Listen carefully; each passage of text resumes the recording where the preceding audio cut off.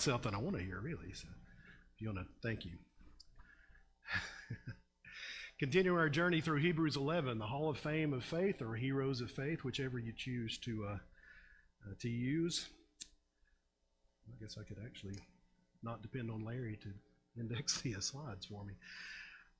So verse 32, Hebrews 11, and what more shall I say, for time will fail me, if I tell of Gideon, Barak, Samson, Jephthah, of David and Samuel and the prophets, who by faith conquered kingdoms, performed acts of righteousness, obtained promises, shut the mouths of lions, quenched the power of fire, escaped the edge of the sword, from weakness were made strong, became mighty in war, put foreign armies to flight. So that is the portion of Hebrews 11 that mentions David. David is our topic for today. So the Hebrew writer spends what we would recognize as 8 verses discussing Abraham's faith, 7 verses discussing Moses' faith. So by the time he comes to verse 32, it's as if he is saying, if I spend too much time describing all of these heroes of faith the same way, using the same amount of language, then I'll run out of ink. So by this point, he begins to summarize just by saying, what more shall I say of David, Jephthah, Samson, and so forth. So many of the individual acts that are described there in verses 33 and 34 can be associated with David, and we may discuss some of those as we continue on today. So we will endeavor to consider some questions about David within the context of Hebrews 11. So things such as, what makes David a candidate for being among those listed in Hebrews 11? And yeah, I think you can read that. If I can read it, you can read it. What characteristics of faith are exhibited by David throughout his story? What does authentic faith look like within the context of the David story? And in what ways did David demonstrate faith in God? So unlike some of the others who appear on the Hebrews 11 list, such as Enoch and Abel and Rahab, I'm not minimizing their faith at all, but we only have about that much information on all of those combined. When it comes to David, we have about this much information. So we will not endeavor to pursue a full, comprehensive review of David's life from beginning to end today. We'll take it in short snippets. Aside from Jesus, I am given to believe that there is more ink in the Bible devoted to or associated with David than any other character.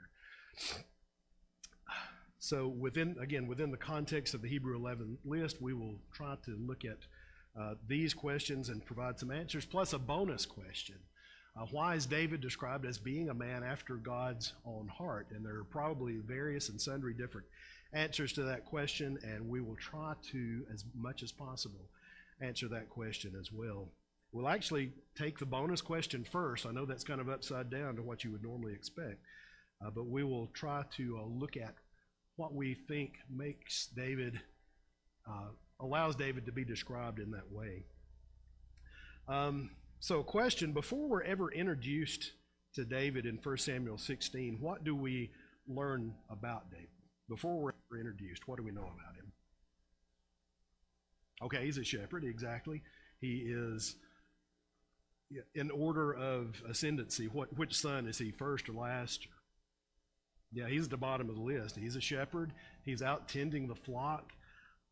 What else do we know about him?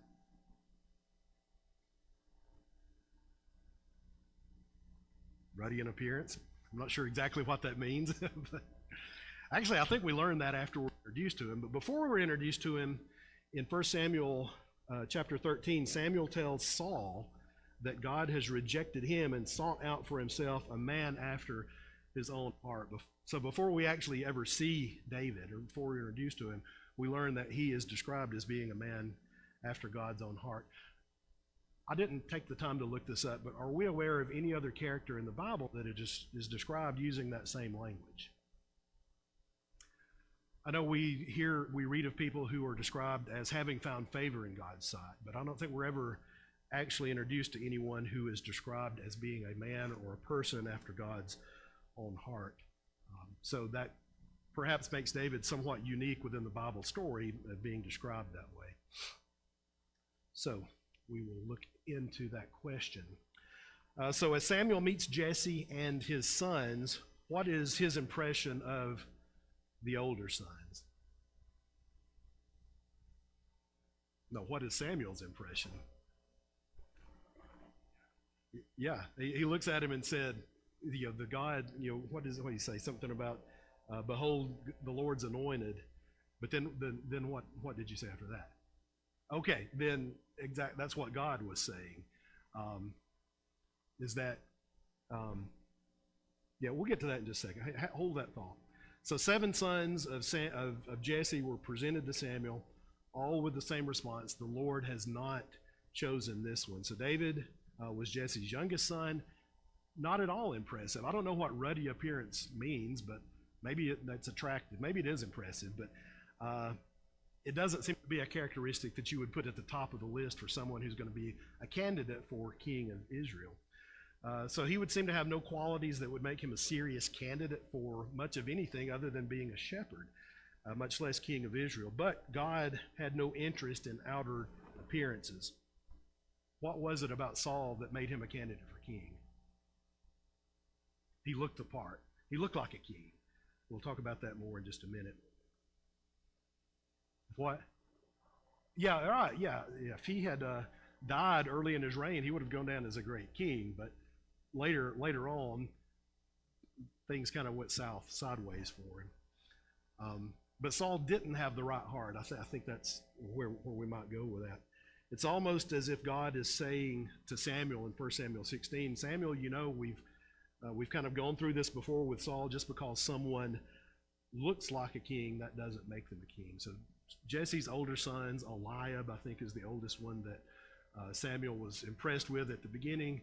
And God then says to Samuel,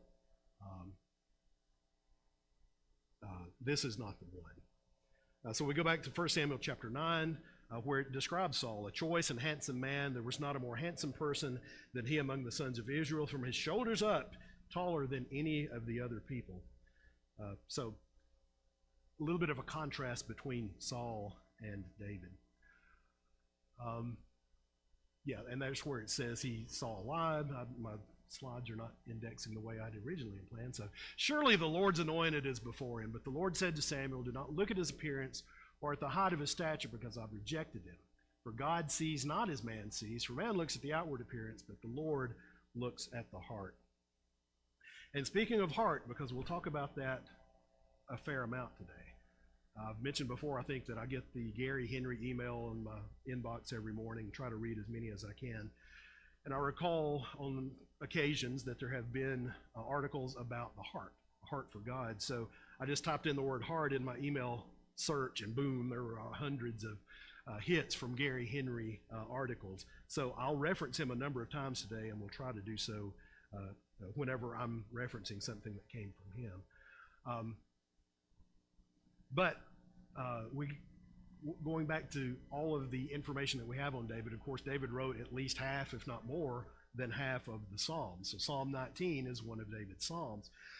That partway through the Psalm in verse 14, let the words of my mouth and the meditation of my heart be acceptable in your sight, O Lord, my rock and my redeemer. So part of being a man after God's own heart means the prospect of being acceptable to God. And Gary Henry's article references this portion of Psalm 19. If we wish the words of our mouth and the meditation of our heart to be acceptable to him, we must redefine what is acceptable to us. We must learn to love the same things he loves, conforming ourselves to his character. We must have minds that are open to God's truth and dispositions that are eager to conform to his will.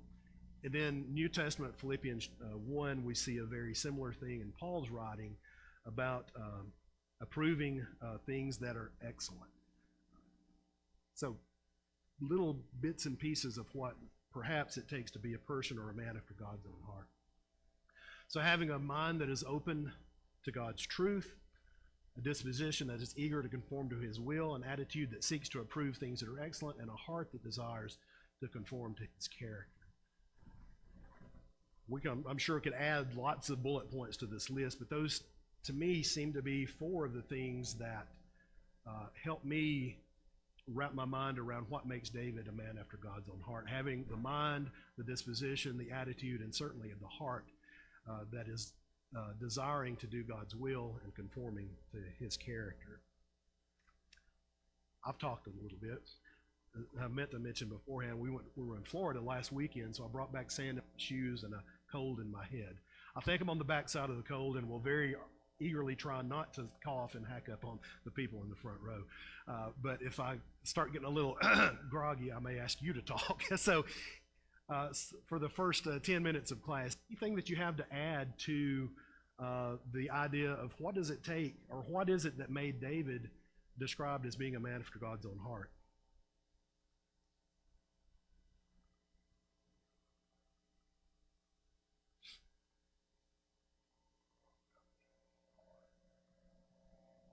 Yeah,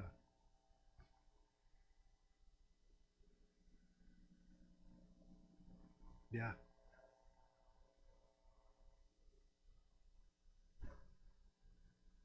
yeah,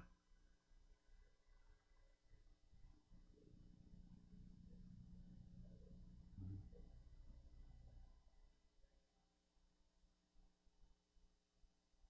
yeah, yeah. I think so. Good point.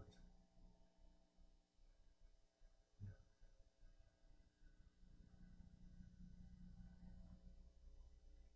Focusing on what's right in front of you. Do you have a comment, Joy?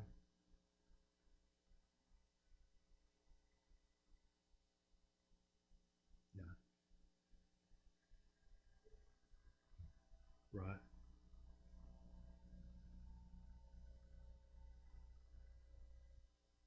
Yeah, yeah, yeah. So,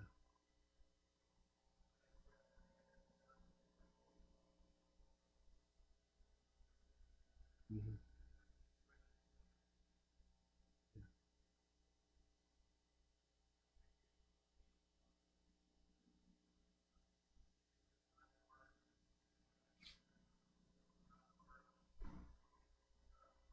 yeah,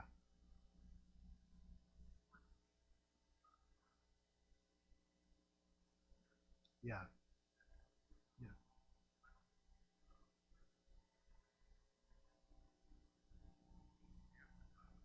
mhm, yeah,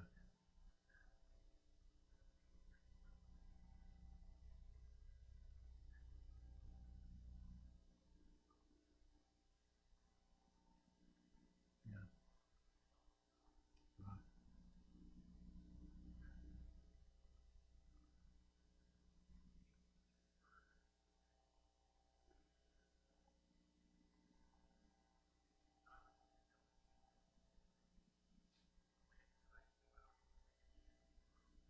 Yeah, yeah,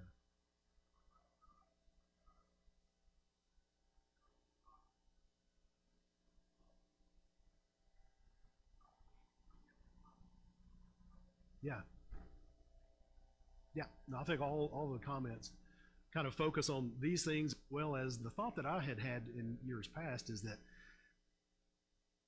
David pursued an attitude to see things from God's perspective as well. So being in love with God, chasing after God's heart, um, and then finally trying one more. There we go.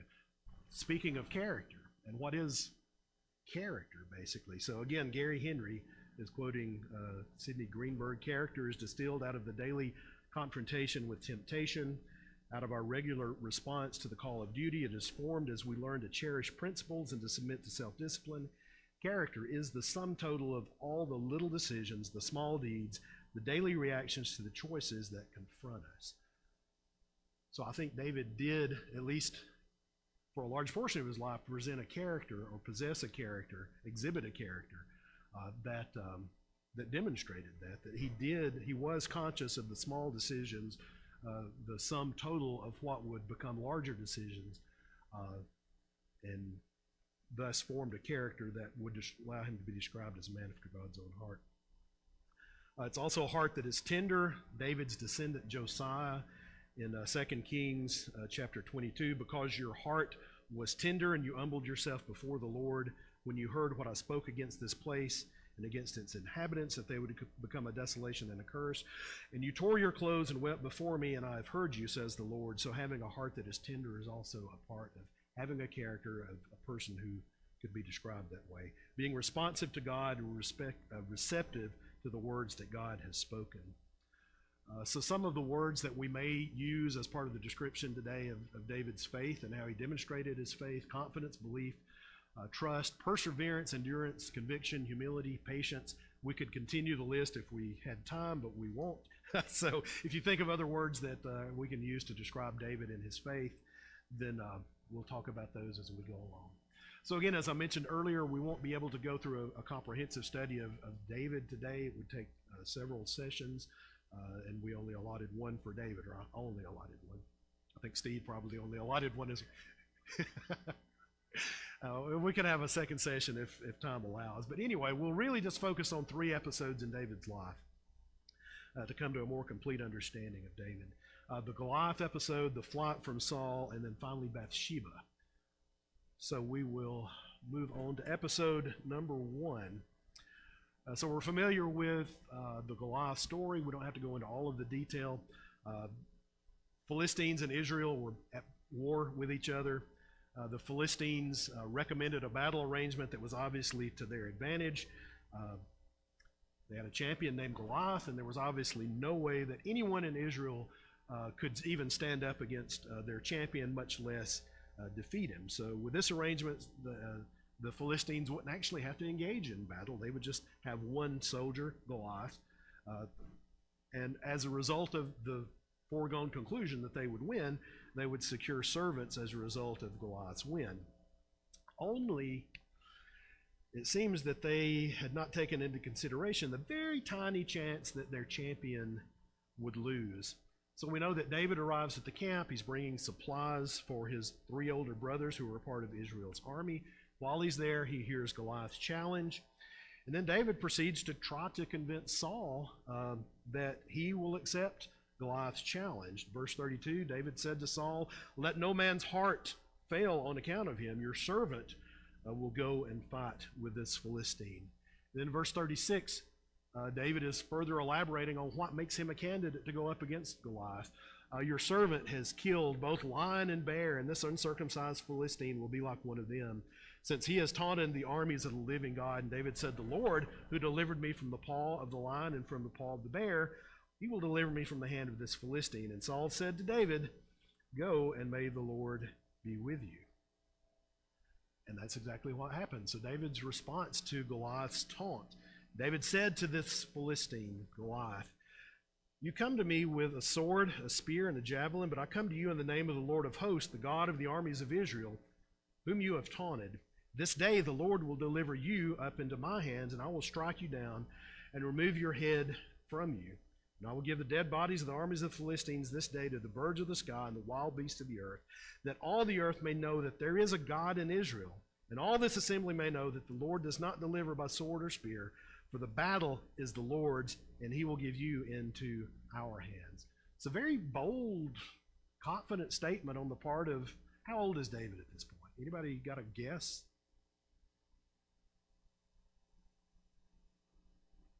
He's young, very a teenager maybe? 13, 15, 12?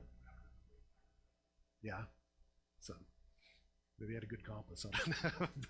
But anyway, he's a young guy. I mean, you think about all of the people, because I've got a verse here from 1 Samuel 14, verse 52, about Saul.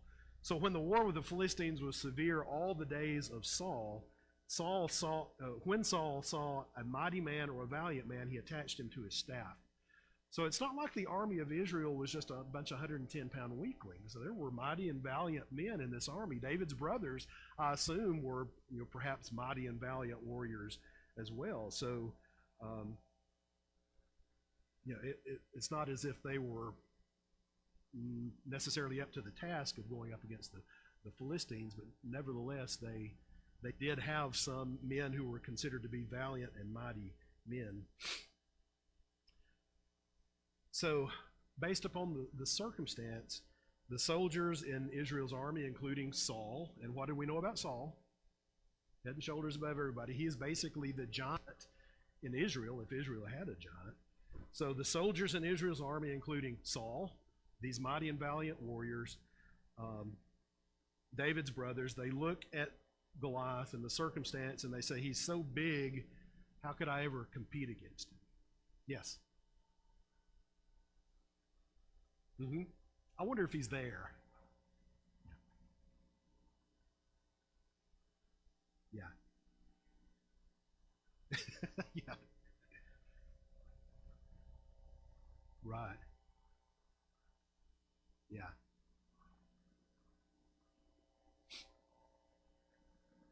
Right. Remember the cheese. Mm-hmm.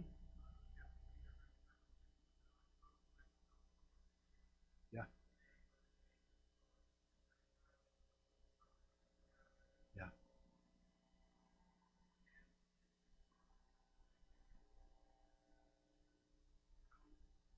Right. Mm-hmm. Yeah. Yeah, I've had the same thought because I thought, how would Saul hold Jonathan back? He must have him chained in his tent or something, or otherwise he's not there because he would have had similar, if not the exact same response as David. Yeah, yeah.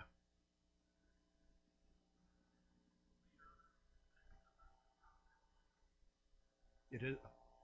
I think it's later.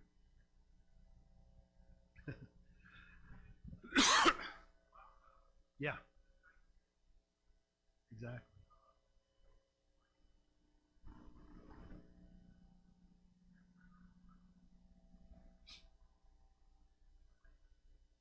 Yeah,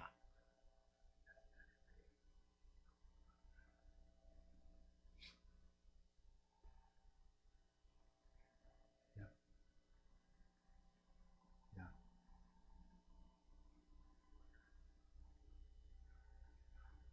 Right. Mm-hmm.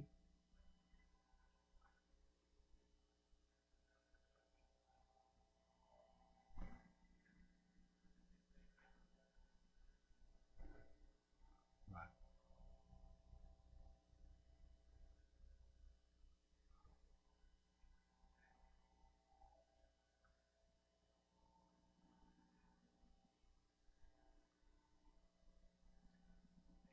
Right. Yeah, exactly. Good point. Do you have a point, Chris?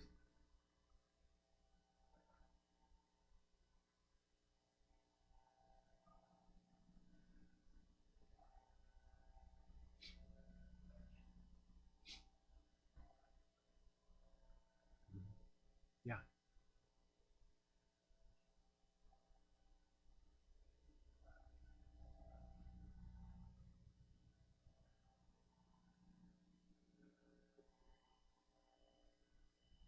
yeah, exactly.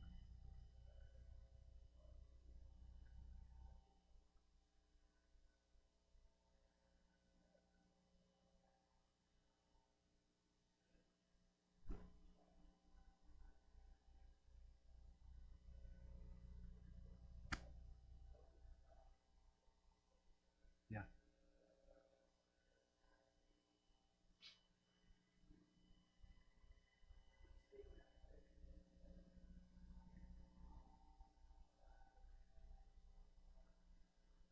Mm-hmm.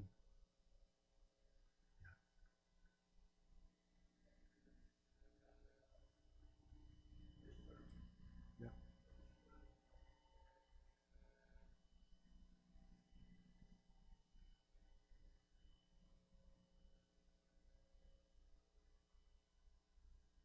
yeah, right.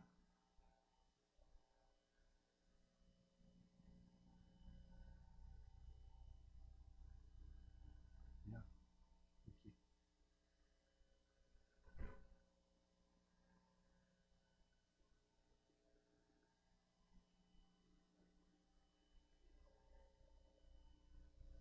Mm-hmm.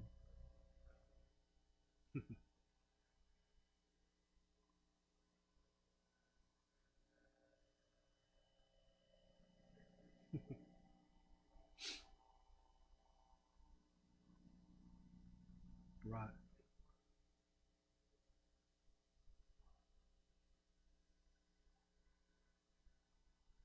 Yeah,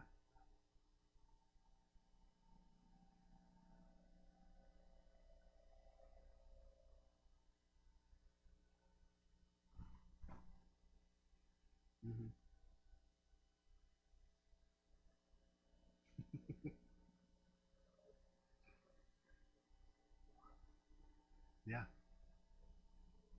and he did, exactly. So making the point that all of these valiant, mighty warriors that Steve mentioned, maybe thousands of them, are looking at the same giant, the same circumstance, saying, he's so big, how could I ever go up against him? David, on the other hand, looks at the same circumstance, same giant, and says, he's so big, how could I miss him? So I think that's part of the thing to me that makes sets David apart from everybody else, that David viewed the circumstance through the lens of faith. All of these other people viewed it through the lens of fear. And that, I think that's what separates him. I think it just kind of goes to the points that you've all made about David. So David exhibited courage and confidence in that situation. He demonstrated confidence in God's wisdom, in that it didn't take a giant to overcome a giant. In fact, David was the least likely candidate there on the scene that day to take that challenge, much less defeat the giant. So God in his wisdom demonstrated that through David and through faith, or that faith was more important than size and weapons. David made the point that all this assembly may know that the Lord does not deliver by sword or spear. God's goodness in providing deliverance from the Philistines for the battle is the Lord's, and he will give you into our hands. And finally, God's power by a young boy, teenage boy, being the means of delivery for Israel. So that gets us through episode 1, and that took more time than I thought. So we'll go on to episode 2. Immediately after this, you're familiar with the song that the women are singing. It happened as they were coming. David returned from killing the Philistine. The women came out of all the cities of Israel, singing and dancing to meet the king with tambourines, joy, musical instruments. And the women sang and played and said, Saul has slain his thousands, and David his tens of thousands. And Saul became angry, and he began to look on David with suspicion from that day. So this becomes an extremely challenging turning point in David's life. Beginning 1 Samuel 18, Saul begins to turn against David. Saul and Jonathan make attempts to craft a reconciliation, but Saul is unwilling to relent, and then begins a pursuit and a conquest, or pursuit, not a conquest, but a pursuit of David. So he begins pursuing David. We know of all of the things that happened leading up to that. But David has opportunities to do something about it. In 1 Samuel 20, chapter 23, verse 3, he came to the sheepfolds on the way where there was a cave, and Saul went in to relieve himself. And just who happened to be in the same cave? David and his men were sitting in the inner recesses of the cave, and David and the men of David said to him, Aha! Behold, this is the day which the Lord said to you, Behold, I am about to give your enemy into your hand, and you shall do to him as what seems good to you. And David arose and cut off the edge of Saul's robe secretly. So we look at that and maybe ask the question, why didn't David just end it all there? He and his men, I think his men may have even made up a prophecy. I don't know. Maybe there was some prophecy about David's enemies being delivered into his hand. But nevertheless, he has opportunity to kill Saul. But what does David say? Can't kill God's anointed. So, in matter of fact, it even bothered David's conscience that he tore off part of his robe. And it bothered him because he had cut off the edge of Saul's robe and said, Far be it from me because of the Lord that I should do this thing to my Lord, the Lord's anointed, and stretch out my hand against him, since he is the Lord's anointed. So David persuaded his men with these words and did not allow them to rise up against Saul. And Saul arose, left the cave, and went on his way. Now, we know more of the story that David kind of confronts Saul and says, Saul, look at your robe, and he says, here's the piece that's missing. So Saul kind of gives up the chase, at least for a little while, but it doesn't last that long. Saul resumes his pursuit of David in 1 Samuel 26. He arose and went to the wilderness of Ziph. 3,000 men with Saul just to search for David. Now, David does have 600 men, but nevertheless, Saul is going after him with a large army. So once again, David is given opportunity to end the situation with Saul. As the Lord lives, surely the Lord will strike him down. So you see the wheels turning in David's head. God, you've anointed me king of England, king of Israel, and things are not really going by script, I don't think. I shouldn't be being pursued by Saul. Surely something's going to happen to them. Something will happen to him. There'll be an uprising that someone will kill him. He'll die in battle. Maybe he'll get some disease and die. or his day will come when he dies, and he will go down in battle and perish. The Lord forbid that I should stretch out my hand against the Lord's anointed, but please take the spear that is at his head and the jug of water and let us go. So David took the spear and jug of water from beside Saul's head and went away. And no one saw or knew it, or did they wake, because a sound sleep from the Lord had fallen on them. So opportunity number 2 for David to finish Saul, or have his men finish Saul, and he didn't do it. There are a number of Psalms, Psalm 59 and Psalm 7. I'm sure there are others which speak of David writing about this episode, or these episodes where he is maybe feet from death, or just yards from death. But nevertheless, he doesn't take the opportunity to stretch out his hand against the Lord's anointed. So, what does David finally resolve to do? In chapter 27 of 1 Samuel, David said to himself, "Now I will perish one day by the hand of Saul. There's nothing better for me than to escape to the land of the Philistines, and Saul will despair of searching for me there." So he arose and went to Achish, took his wife and his family and all of his men, and it was told Saul that David had fled to Gath, so he no longer searched for him. So now a question: do you think David's flight to the Philistines says anything about his faith in God? And if so, what does it say? Because I don't know that I have a good answer, so I'm hoping you do.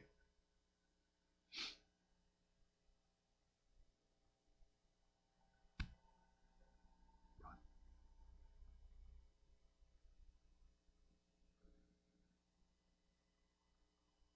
Yeah.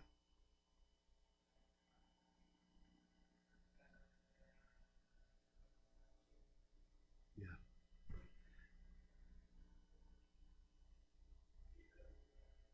Yeah.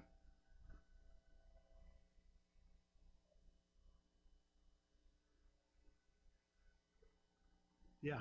And I think that's a conclusion that I came to, because I wrote in the margin of my notes here, the enemy of my enemy should be my ally. So Saul's my enemy.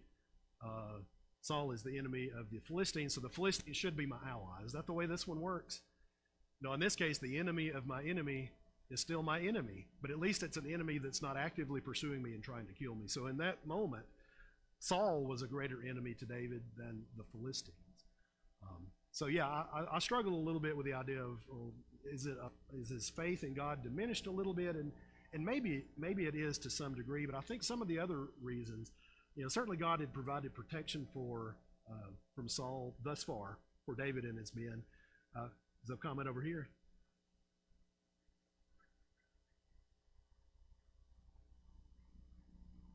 Yeah. Mm-hmm.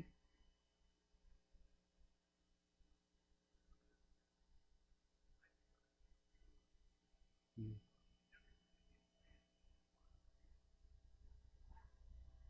Yeah.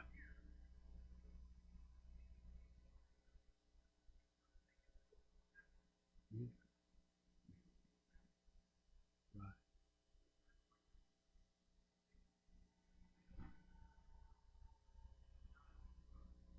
Yeah.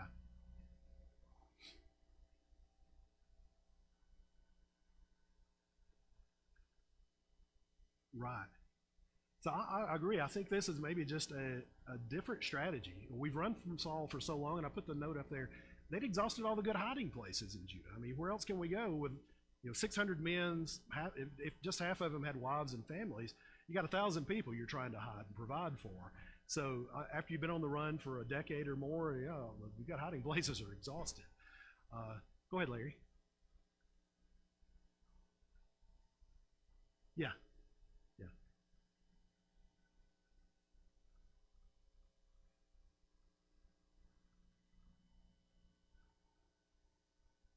Yeah. And the point has been made. It actually worked out for the better, for a positive for the Israelites, because they were getting the spoils of the people that David and his men were attacking and sacking. And then finally, I think Chris kind of alluded to this a little bit. If David had been presented with a third opportunity to kill Saul, and he didn't, then what would have been the response from his men? 3 strikes, you're out. You've had 3 opportunities to to kill this guy and to end this thing, and you're not going to do it. We're going to go find something else. And if we look at another episode in David's life down the road where David is on the run from Absalom, and Joab eventually kills Absalom, David is really upset about it. He's mourning, and then Joab confronts David and rebukes him and says that you've covered your face with shame this day for your servants who saved your life and the lives of your sons and daughters and wives by loving those who hate you and hating those who love you. You have shown today that princes and servants are nothing to you. For this day I know if Absalom were alive and all of us were dead, you would be pleased. So I'm wondering if some of his men didn't have a similar conversation with David. You're preserving the man that's trying to kill not only you, not only your family, but the rest of us. We got to do something different because eventually he's going to find us. We've hid here, and here. There's nowhere else to hide. We need to do something different. So I'm inclined to think that it wasn't so much a diminished faith for David. It was we got to do something. Got to do something different. Do you have a comment, Keith?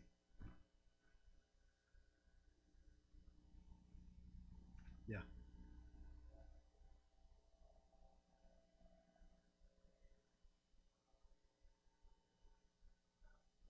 Yeah.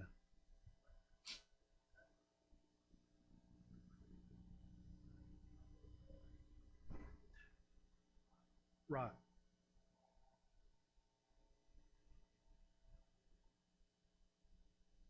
Yeah. Yeah. He's basically just running away the whole time. So thinking about David's faith during this period, it's obviously a time of perseverance and endurance and patience. It's testing his patience. Again, God, you've got things planned for me, I know, but I got to think this is not it. So some of the words that came to my mind when thinking about David. So now for the tough one, if they haven't been tough already. Reconciling a heart for God, knowing of some of the sins that David committed. So we go to the third episode that we're going to talk about with Bathsheba. And I'll readily admit, I hesitate to think I've got a good answer for this. So y'all can help me maybe come to a complete, more well-rounded understanding of how we can reconcile this. And we won't have time to go into some other things that David did. This is the highlight sin that when we think of David's unwise decisions, this is the one that gets the attention. But you think of later in David's life, he commissions a census that is not sanctioned by God. God is upset with David, and as a result of the punishment, 70,000 men in Israel die. So David's sins don't just affect David. You can think of other people in the Bible who sinned. Moses, when he struck the rock, was forbidden from entering the promised land. Who did that affect? Moses. Peter, when he denied Christ, he sinned. But who did that affect? It affected Peter. David, when he sinned, it affects thousands of people. So it's easy to look at the magnitude of David's sins and think, wow, he just really, really needs some help understanding how to make decisions. But anyway, we know the story of Bathsheba. David probably should be out with his army, but in the spring he decides to stay in Jerusalem while the army is at war. Goes up on the rooftop of his palace, sees Bathsheba bathing, inquires about her, has her brought to his house, has relations with her that lead to a pregnancy. He brings Uriah, the Hittite, her husband, home from the battle in an attempt to cover up the sin. When the cover-up fails, then he arranges to have Uriah killed in battle. Then he takes Bathsheba as his wife. But in chapter 11 of 2 Samuel, verse 27, the time of mourning was over. David sent and brought her to his house, and she became his wife, and she bore him a son. But the thing that David had done was evil in the sight of the Lord.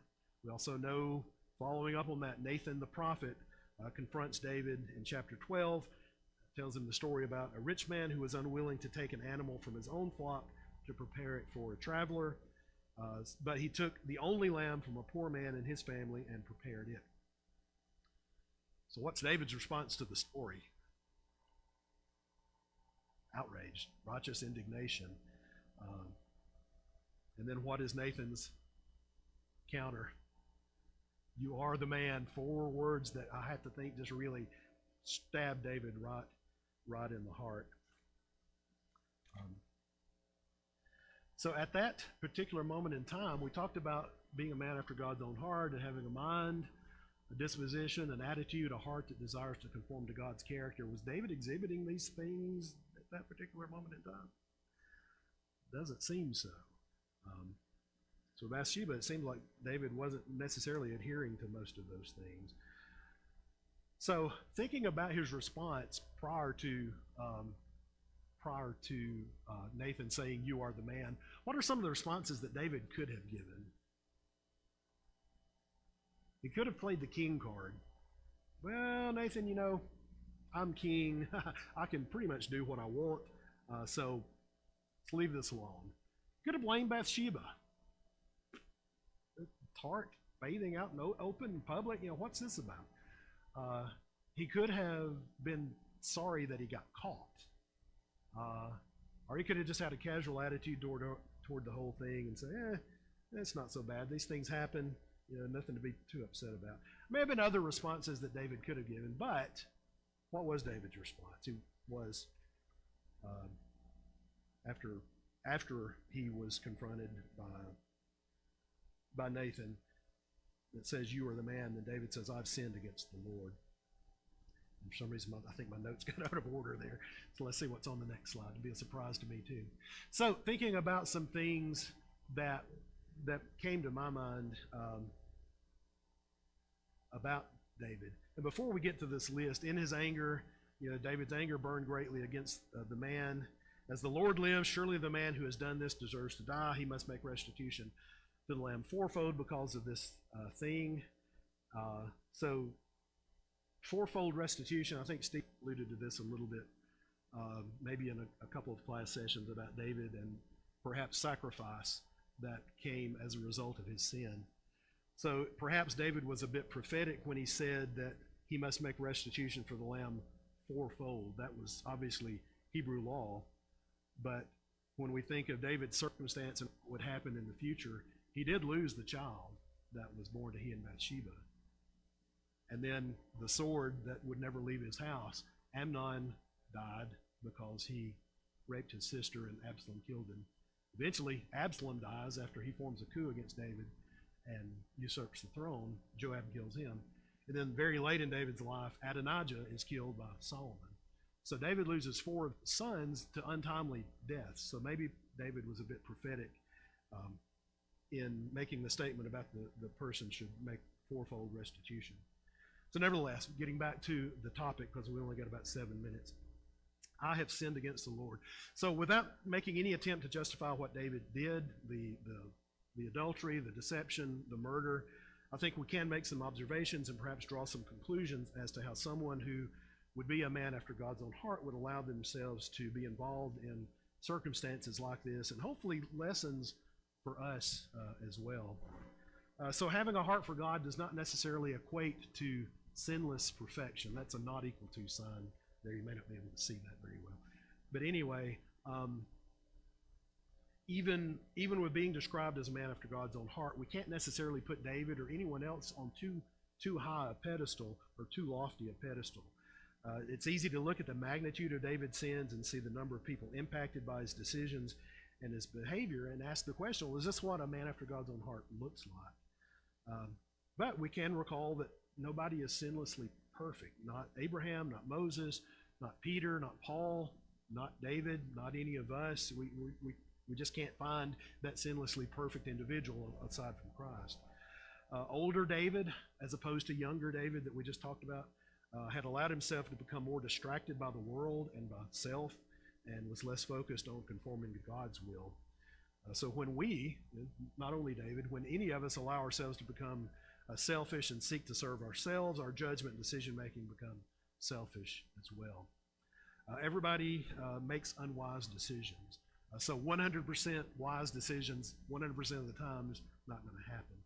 If we truly have a heart for God, then we would be seeking to make the wisest decisions, to have a mind that is open to God's truth, a disposition that's eager to conform to His will, and so forth. And then on kind of the flip side, just a complete absence of unwise decisions doesn't necessarily make a person be described as a person after God's own heart. We might form the attitude ourselves. I've not been involved in an illegitimate pregnancy and trying to conceal it and then murdering someone, so therefore I must be a person after God's own heart. It doesn't work that way. We have to actively be pursuing God and pursuing God's heart to be described that way. All right, so how should we respond when our decisions and selfishness lead us to sin? Yeah, repent, exactly. So if we do have that heart that David is described as having, then repentance, acknowledgement of the sin, as David acknowledged, he didn't try to cover it up, he didn't try to make excuses. He said, I have sinned against the Lord. He sinned against a lot of others as well, but he most importantly and predominantly sinned against the Lord.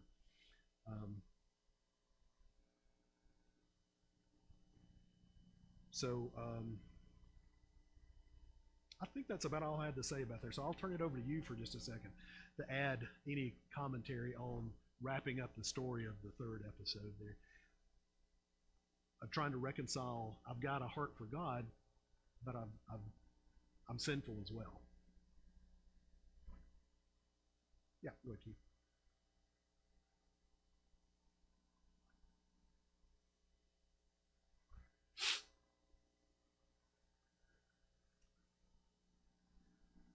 Mm-hmm.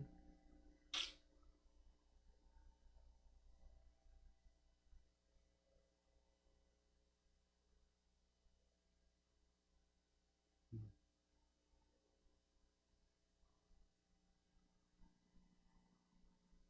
Yeah,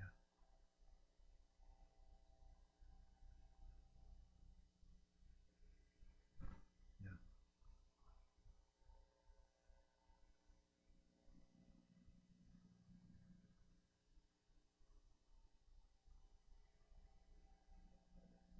mm-hmm.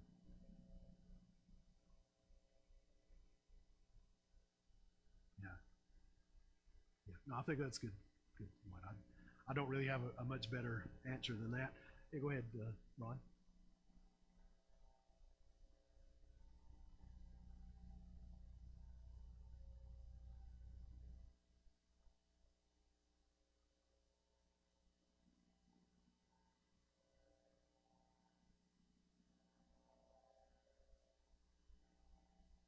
Right.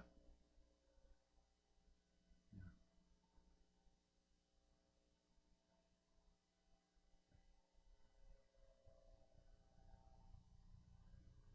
Mhm. Yeah. And that was a note I had somewhere in here, and I just never got to somehow. Is that if the only information we had about David was he's a man after God's own heart, and then this third episode with Bathsheba, then we would really have a difficult time trying to figure out how does that make sense.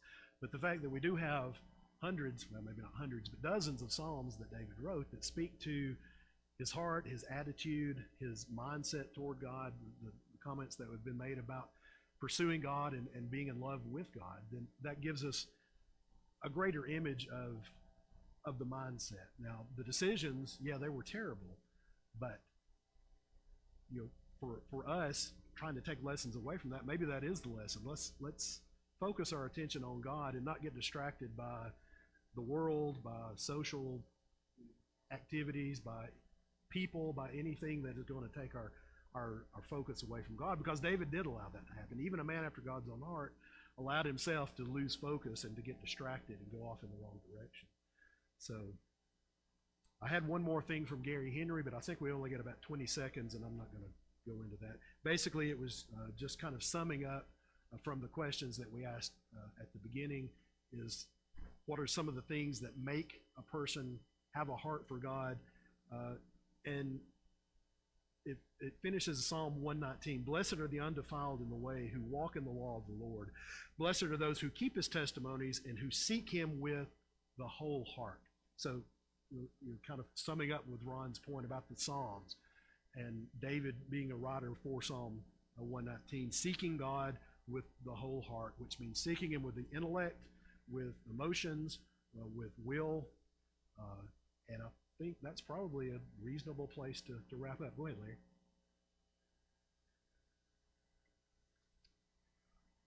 Yeah, yeah,